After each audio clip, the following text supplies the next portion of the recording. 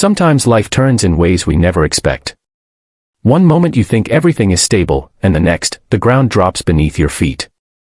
But every once in a while, something happens, something small, almost invisible, that brings out the truth of who we really are. And sometimes, that truth is exactly what someone else needs to see. This is the story of how a billionaire tested a struggling single father by telling him, "You got fired," and how what happened next changed both of their lives forever. Before we start, if you love meaningful, emotional stories like this one, make sure to subscribe, like, and comment below. It really helps us grow this community of kindness here on TruthLines USA. Now, let's begin. Tommy Rivera wasn't the kind of man people noticed when he walked into a room. He wasn't loud or flashy. He didn't wear expensive suits or shiny watches.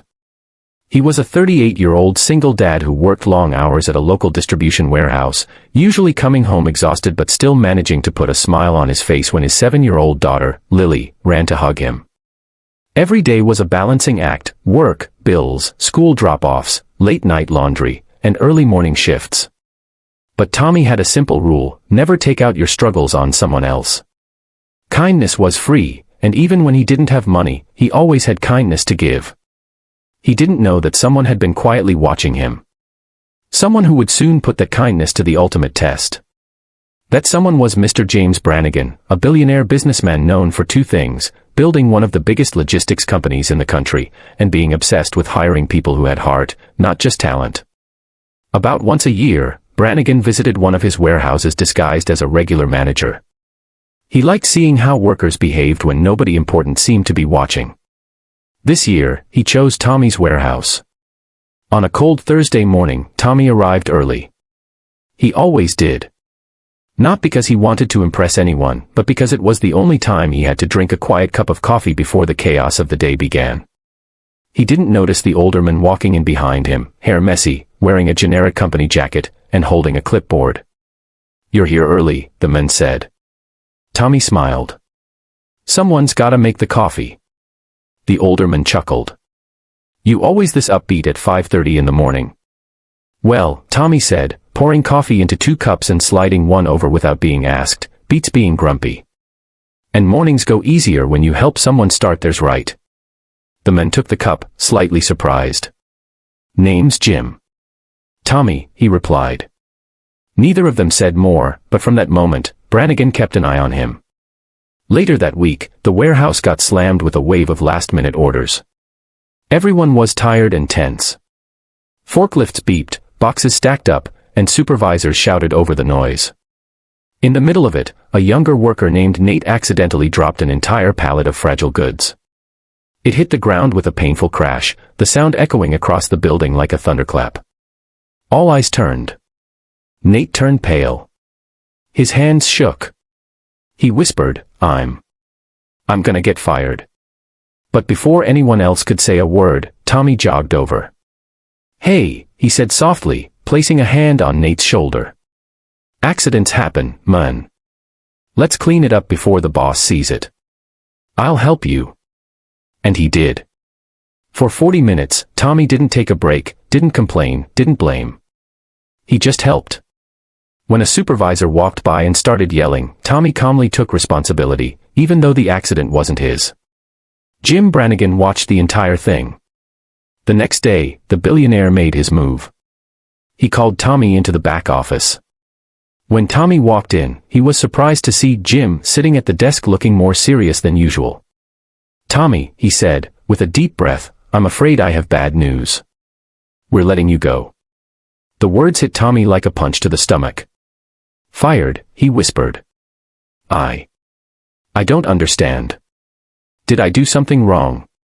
Jim didn't answer. He just studied Tommy's face. Tommy blinked hard, fighting the heaviness building behind his eyes. "Sir," he said quietly, I have a little girl. And rent's due next week. If there's something I need to fix, I'll fix it. Just, please don't take my job." Still, Jim said nothing. Tommy swallowed. "If this is really it, then I want to say thank you for giving me the chance to work here." His voice cracked. "I know I'm not special, but I tried my best every day." And, he added, Trying to keep steady. If any of the guys need help training or lifting or covering shifts until you replace me, I'd be happy to do that on my last day. Even jobless, he was offering help. Jim exhaled, a long, trembling breath. Then he said something Tommy didn't expect. "Tommy, you're not fired." Tommy blinked. I'm not." "No," Jim said. "In fact, you're being promoted." Tommy stared at him, confused. "Promoted? I don't." "Sir, what's going on?" Jim stood up, slowly unzipping his jacket and revealing the gold company emblem stitched into the shirt underneath. "My name isn't Jim. It's James Brannigan." Tommy's jaw dropped. "The James Brannigan," he stammered. "The one and only," Brannigan replied with a smile. "And for the last week, I've been watching you." Suddenly, Tommy felt his knees weaken. "Watching me?" Brannigan nodded. "I come here once a year to find people who lead with character. People who show kindness without being asked. People who stay humble even when life punches them in the gut." He stepped closer. "You helped that new kid when you could have walked away. You shared your coffee with someone you didn't know. And even when you thought you were losing everything, you still offered to help others." Tommy didn't know what to say. His throat tightened, and he wiped his eyes. Brannigan continued, "That's the kind of heart I'm looking for in leadership. Not big egos. Not loud voices. Not perfect resumes. Just good people." He handed Tommy a sealed envelope. "This," Brannigan said, "is your new offer. Higher pay. Better hours. Full benefits. And a position where your kindness can guide others." Tommy opened it with trembling hands. He stared at the number inside. It was triple his old salary. He choked back a sob. "Sir, I don't deserve this." "Yes," Brannigan replied, "you do. You earned it on the days nobody was watching." Tommy covered his face as tears fell freely. For the first time in a long time, he felt the weight on his shoulders lift, just a little. When he finally looked up, Brannigan added one more thing.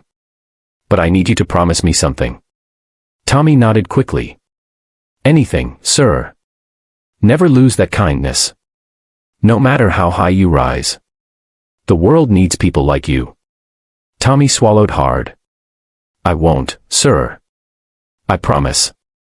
Later that evening, when he picked up Lily from school, she noticed the joy in his eyes. "You're smiling, Daddy," she giggled. Like a big smile. He lifted her into his arms. "Baby," he said, "something good happened today. And I think our life is about to change." She hugged him tight, arms around his neck. "Did you get a better job?" she asked. Tommy laughed softly. "Yeah, sweetheart. I did." "Then we can get ice cream?" she asked, eyes wide. Tommy chuckled. "Yeah. We can get ice cream."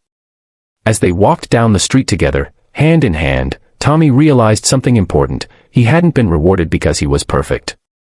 He had been rewarded because he chose kindness even when life wasn't kind to him. And someone noticed. Maybe not everyone. Maybe not right away. But kindness has a strange way of circling back, often from the places we least expect. In the end, that's the heart of this story. Kindness isn't weakness. It's strength. And the world is watching more than we think. You never know how far a simple gesture, a shared cup of coffee, a helping hand, a gentle word, can reach. Tommy didn't just change his own future. He changed the culture of the warehouse. People became more patient. More helpful. More human. And all because one man decided that kindness was worth living by, even when nobody was keeping score. And Brannigan. He walked away that year believing something he would later tell every new employee. Skills can be taught. Kindness, that's a gift. Let Tommy's story be a reminder for all of us. Be the reason someone believes goodness still exists. Be the person who lifts others up when they fall. Be the one who spreads kindness, even when life is hard, because you never know when that kindness will come back in ways that change everything. Thank you for watching, and if this story touched your heart, share it with someone who might need a little light today. Keep spreading kindness, America. The world needs more of it.